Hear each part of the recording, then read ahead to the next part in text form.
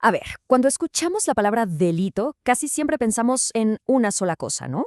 Una acción, un momento. Pero para el derecho, la historia es mucho, mucho más compleja. Un delito no es solo un acto, es toda una estructura. Pensemos en él como un edificio que necesita cimientos, muros y un techo muy específicos para mantenerse en pie. Si le falta una sola de esas piezas, toda la estructura se viene abajo.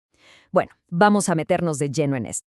Miren, cuando los expertos analizan si alguien es responsable de algo, no se quedan viendo nada más la acción.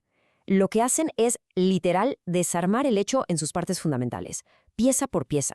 Es un proceso súper metódico, casi como de forense, para entender no solo qué fue lo que pasó, sino cómo y por qué pasó desde el punto de vista de la ley. Y justo aquí llegamos a la pregunta del millón, la pregunta clave de todo este análisis.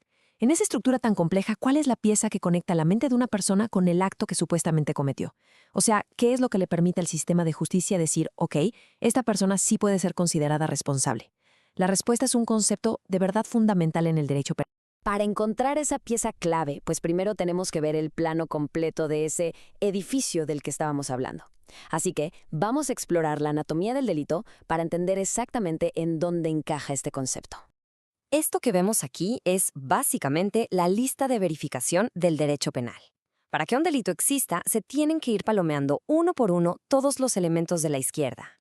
Primero, que haya una conducta, o sea, que alguien hizo algo. Segundo, la tipicidad, que eso que hizo está descrito como delito en la ley. Tercero, la antijuridicidad, que es contrario a derecho. Y solo si se cumplen esos tres, llegamos al cuarto paso, la imputabilidad. Si en cualquier momento aparece uno de los elementos negativos de la derecha, como la inimputabilidad, el análisis se detiene en seco. La imputabilidad es entonces ese cuarto filtro. Es un punto de control súper importante. Pensemos en ella como un puente que es obligatorio cruzar para poder seguir adelante en el análisis.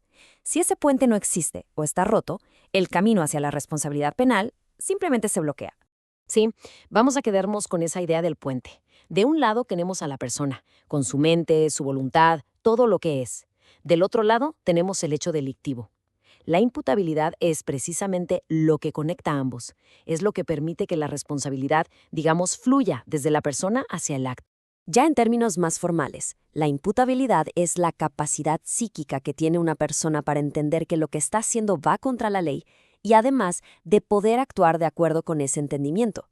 Ojo, no se trata solo de saber que algo está mal, sino de tener la capacidad de elegir no hacerlo. Y que nadie piense que esto es pura teoría abstracta, ¿eh? Este análisis tiene un fin súper práctico, como dice la cita, la averiguación de la presencia o ausencia del delito en cada caso concreto. En otras palabras, es la herramienta que usa el sistema para tratar de que la justicia sea lo más precisa y justa posible. Ahora, ¿cómo se construye este famoso puente de la imputabilidad? Bueno, pues se sostiene sobre dos pilares fundamentales, dos capacidades que una persona debe tener en el momento del hecho, la capacidad de entender y la capacidad de querer. El primer pilar, el intelectual, es la capacidad de entender. Esto significa que la persona tiene la madurez y la salud mental para saber que su conducta está prohibida. El segundo pilar, el volitivo, es la capacidad de querer, o mejor dicho, de dirigir la propia voluntad. Es la libertad de decidir y de controlar el propio cuerpo para hacer o no hacer algo. Y aquí viene lo más importante de todo. No es una opción de una o la otra. Para que alguien sea considerado imputable debe tener ambas capacidades. Si puede entender que robar está mal, pero por un trastorno no puede controlar sus impulsos, el puente se cae. Y si no tiene la capacidad para entender la ley, aunque controle sus actos, el puente también se cae. Así de claro. Y bueno, ¿qué pasa exactamente cuando ese puente de la responsabilidad se rompe porque le falta uno de sus pilares? Justo aquí es donde entramos al territorio contrario, a la ausencia de imputabilidad, que legalmente se conoce como inimputabilidad. La inimputabilidad es sencillamente el otro lado de la moneda. Es la situación en la que una persona, al momento de cometer un hecho, no tenía la capacidad de entender o de querer. Es, literal, la ruptura de esa conexión mental y de voluntad entre el autor y su acto. La ley, claro, reconoce ciertas condiciones que pueden romper este puente. Cosas como un trastorno mental que nuble el juicio, o un miedo tan grave que paraliza y anula la voluntad. Cada una de estas causas ataca directamente a la capacidad de entender o de controlar los propios actos. Y esto nos deja ver la lógica del sistema. Si una persona es declarada inimputable, no se le impone una pena, un castigo. ¿Por qué? Pues porque la ley entiende que no se le puede reprochar algo que no comprendía o no podía controlar. En lugar de un castigo, se pueden aplicar medidas de seguridad, como un tratamiento, que buscan proteger tanto a esa persona como a la sociedad. Entonces, ¿cómo se amarra todo esto con el objetivo final del derecho penal, que es la justicia? Ya construimos la base, ya cruzamos el puente de la imputabilidad, ahora llegamos al último paso, al reproche final. Esta es la conclusión más importante de todo nuestro análisis. La imputabilidad es la puerta de entrada a la culpabilidad. La culpabilidad es el reclamo que el Estado le hace a una persona por haber actuado contra la ley cuando podía y debía actuar de otra manera.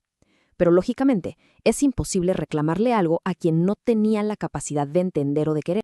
Este es entonces el viaje completo. Todo empieza con un acto. El sistema investiga y se hace la pregunta clave. ¿La persona involucrada tenía la capacidad de entender y de querer? Si la respuesta es sí, se le considera imputable, y a partir de ahí se puede analizar si es culpable. Si la respuesta es no, el camino se detiene justo ahí. Y todo esto nos deja con una reflexión final que va al corazón mismo de nuestro sistema de justicia. Al exigir la imputabilidad como un requisito indispensable, la ley nos está diciendo algo muy profundo. No se castiga el acto físico nada más, sino el individuo que, teniendo la capacidad de comprender y de elegir, decidió romper las normas. La pregunta entonces queda en el aire. ¿La justicia se trata de castigar un acto o a la persona que lo comprende?